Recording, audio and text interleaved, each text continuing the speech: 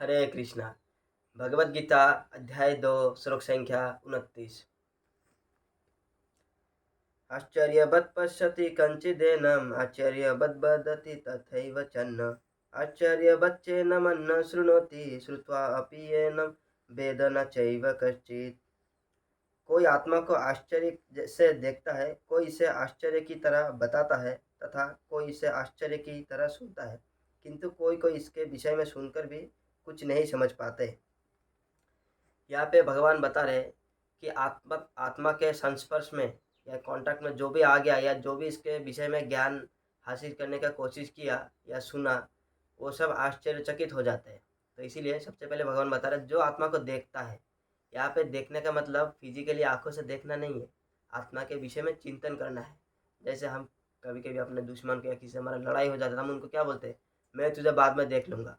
तो वहाँ पे उसको फिजिकली आंखों से देखने की बात नहीं करता, उसको मारने की धमकी देता है या किसी भी प्रकार का क्रियाएं करने की धमकी देता है। इसी तरह आत्मा को देखने का मतलब है आत्मा के बारे में चिंतन करना है, इमेजिनेशन करना। तो ये आश्चर्यचकित का विषय है। या फिर जो सुनता है, जो बताता है, ये सब आश्चर्यचकित हो जाते हैं। तो हमें यहाँ पे यह समझना पड़ेगा हम आश्चर्य कब हो जाते हैं। किसी भी विषय को लेकर के हम तब आश्चर्य हो जाती है, इसके पीछे दो कारण होते हैं। दो कारण होते हैं। पहला, उस विषय वस्तु का क्वालिटी क्वालिटी अगर कुछ ऐसा हो जो हम सोच भी नहीं सकते, तो हम आश्चर्यचकित हो जाता है। दूसरा, हमारा गलत धारणा। जैसे यहाँ पे हम आत्मा का एग्जांपल ले लेते हैं। आत्मा इतना छोटा है, एक जो बाल का नोक है उसका 10,000 हिस्सा का एक हिस्सा का साइज आत्मा का साइज है। तो ये अपने आप में एक आश्चर्यचकित होने वाली विषय है। और इतना पावरफुल है कि पूरे शरीर में व्याप्त रहता है, पूरे शरीर को चलाता है, शरीर बढ़ता है, इतना कुछ क्रियाएं करता है। कैसे हो सकती है इतना छोटा साइज के वस्तु में इतना पावर कहाँ से आता है। तो अपने आप में एक आश्चर्यचकित कर देने वाला विषय है।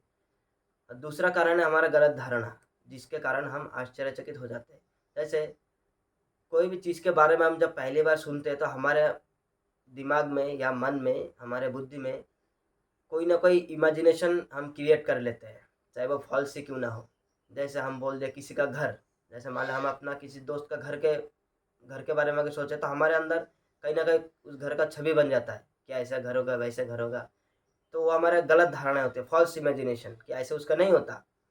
लेकिन फिर भी हमारे मन में वो उसका इमेज क्रिएट हो जाता है। इसी तरह हमने बचपन से आत्मा के बारे में सुना है, हर किसी के मन में कोई ना कोई इमेज क्रिएट हो गया होगा कि आत्मा इतना चौड़ा हो सकता है, इतना लंबा हो सकता है, इतना बड़ा हो सकता है। तो बहुत सारे चीज़ें हमारे दिमाग में आता है। लेकिन जब रियलिटी पता चलता है, तब हम आश्चर्यचकित इसीलिए हो जाते हैं कि हमने जो सोचा था इतने सालों से, वो तो हमारा गलत निकला। क्योंकि गलत धारणा से हमारा जो बिलीफ सिस्टम स्ट्रांग हो जाता है। और जब हम रियलिटी से रूबरू होते हैं, जब हमें रियलिटी पता चलता है, तब हमारा बिलीफ सिस्टम हिलने लगता है और इतना मजबूत होता है, टूटता नहीं है। और तभी हम आश्चर्य हो जाते हैं। लेकिन जो लोग नॉर्मली एक्सेप्ट कर लेते हैं, वो लोग आश्चर्यचकित नहीं होते। नॉर्मली वो लोग एक्सेप्ट कर लेते हैं, मान लेते हैं, हाँ ठीक है। लेकिन जिन लोगों का बिलीफ सिस्टम स्ट्रांग हो जाता है, वो लोग मानने को तैयार नहीं होते, इसीलिए आश्चर्यचकित हो जाते हैं। जैसे एक एग्जाम्पल देते हैं। अ, कोई अगर ये कहे कि द्वापर युग में जो लोगों का आयु होता था वो 1,000 साल होता था, त्रेता युग में 10,000 और सत्य युग में 1 लाख। तो हम नॉर्मल पब्लिक लिए बहुत ही आश्चर्यचकित कर देने देने वाला विषय है, क्योंकि उसने कभी ऐसा देखा नहीं।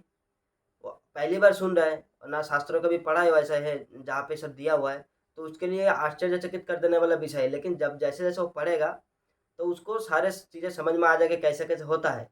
क्योंकि ये जो आयु वाला कॉन्सेप्ट तो हम अपने आंखों से देखते हैं। जैसे अ, हम लोग आज का जो जनरेशन है, ये लोग 60-65 मैक्सिमम 70 ईयर्स तक जी रहे।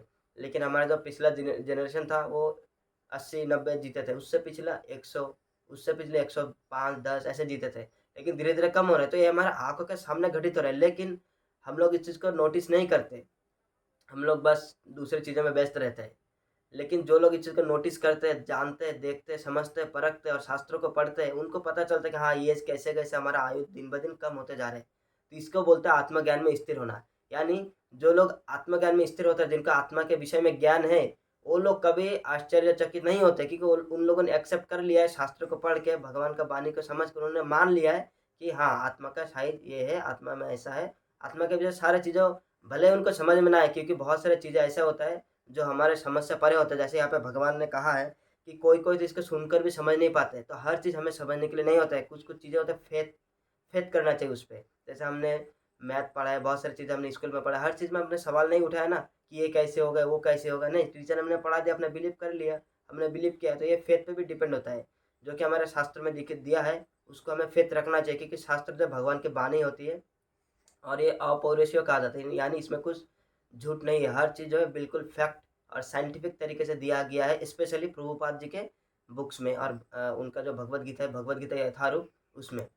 तो जो ये आत्मज्ञान मिस्त्री होता है, जो समझ जाता है शास्त्र को पढ़ के उस वो कभी भी आश्चर्यचकित नहीं होता किसी भी विषय को लेकर के। क्योंकि जब हम रियलिटी से रूबरू हो जाते हैं, जब हमें रियलिटी पता चल जाता है, हम फ़ॉल्स इमेजिनेशन बंद कर देते हैं। इसीलिए जैसे हमको पता चलेगा आत्मा का साइज़ इतना है, देखिए ऑटोमेटिक जो इमेज हमारे मन में क्रिएट हो रहा था, वो इमेज क्रिएट होना बंद हो जाएगा क्योंकि हमने उसका रियलिटी आत्मा का जो रियलिटी है, उसके बारे में जान लिया है कि क्या उतना साइज़ है। अभी हम हमारे मन में कोई ऐसा इमेजिनेशन नहीं होगा कि आत्मा 1 किलोमीटर लंबा होगा, 10 किलोमीटर लंबा होगा, 6 इंच लंबा होगा, 8 इंच लंबा होगा, 4 उँगली लंबा होगा, ऐसा कोई भी इमेज नहीं आएगा कि हमने जान लिया कि आत्मा का साइज़ है और बाल का नोक का 10,000 हिस्सा का 1 हिस्सा के बराबर है। इसीलिए अगर अगर हमें रियलिटी जानना है तो हमें हमारे सनातन संस्कृति के शास्त्रों को पढ़ना है। क्योंकि हमने वैसे भी हिस्ट्री में बहुत सारा गलत चीज़ पढ़ लिया है जिसके कारण हमारे जो धारणा है और गलत हो गया है। हमने और ज़्यादा गलत-गलत चीज़ों को हमने एक्सेप्ट कर लिया है। इसीलिए जब हमारे सामने जो सच्चाई आता है तो हम उसको बिलीव नहीं कर पाते क्योंकि उसके पीछे में हमने ऑलरेडी झूठ पढ़ रखा है। तो जब सच्चाई सामने आता है तो हमको सच ही अब झूठ लगने लगता है। इसीलिए अगर हमें सच जानना है, अगर सच और झूठ को हमें अलग करना है तो हमें हमारे सनातन संस्कृति के शास्त्र को पढ़ना पड़ेगा। तो युवा पीढ़ी से मेरा निवेदन रहेगा कि प्रभुपाद जी का भगवद गीता यथारूप इंग्लिश में Bhagavad Gita as it is इसको ज़रूर खरीदें और पढ़ें ताकि आप हमारे सनातन संस्कृति के बारे में जान सकें। हरे कृष्ण।